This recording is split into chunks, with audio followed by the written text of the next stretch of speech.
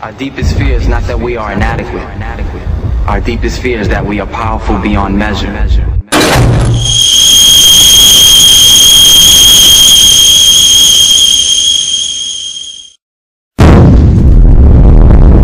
Is it the correct position of Ahlus Sunnah wal Jama'ah that Allah subhanahu wa ta'ala exists without a place?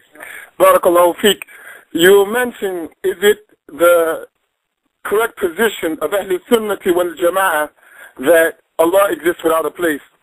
I'll answer that by giving you a statement of one of the closest companions of the Prophet sallallahu alaihi wasallam, and the one whom the Prophet allowed to marry his daughter Fatima, Radhiallahu ta'ala Anhu, who is the great Sahabi Ali ibn Abi Talib, Radhiallahu ta'ala Anhu, whom the Prophet sallallahu alaihi wasallam, he praised him in many statements.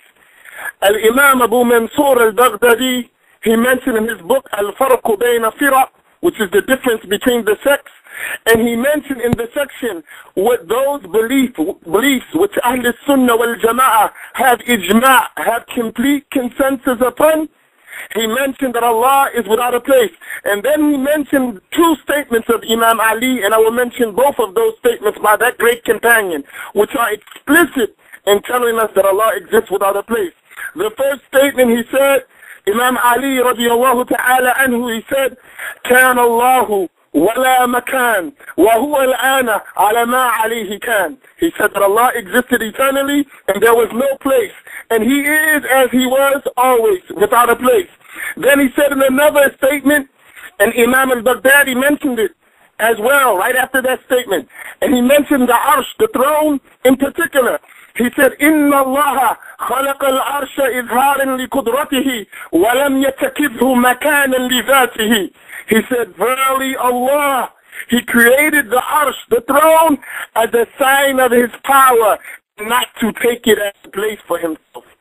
I don't know, after Imam Ali, that great companion whom the Prophet sallallahu alaihi wasallam loved, I don't know, after him, who else we're going to listen to.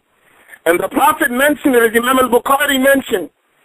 He said, كَانَ اللَّهُ وَلَمْ يَكُنْ شَيْءٌ غَيْرُهُ. That Allah existed eternally and there was nothing else with Him. That means there was no arsh. Allah existed without a place before the creating of the place.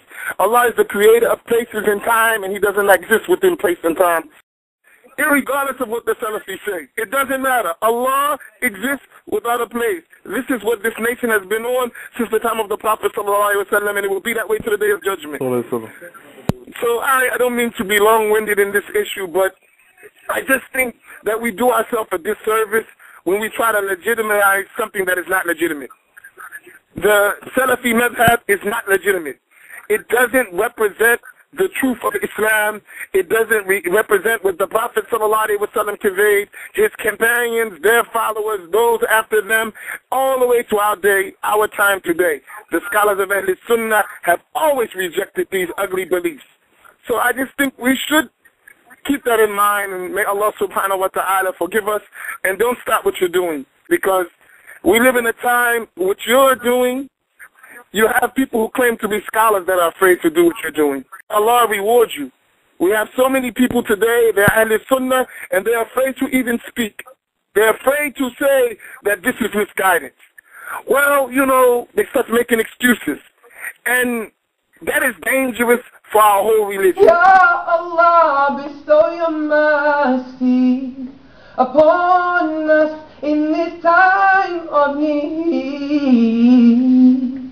Amen.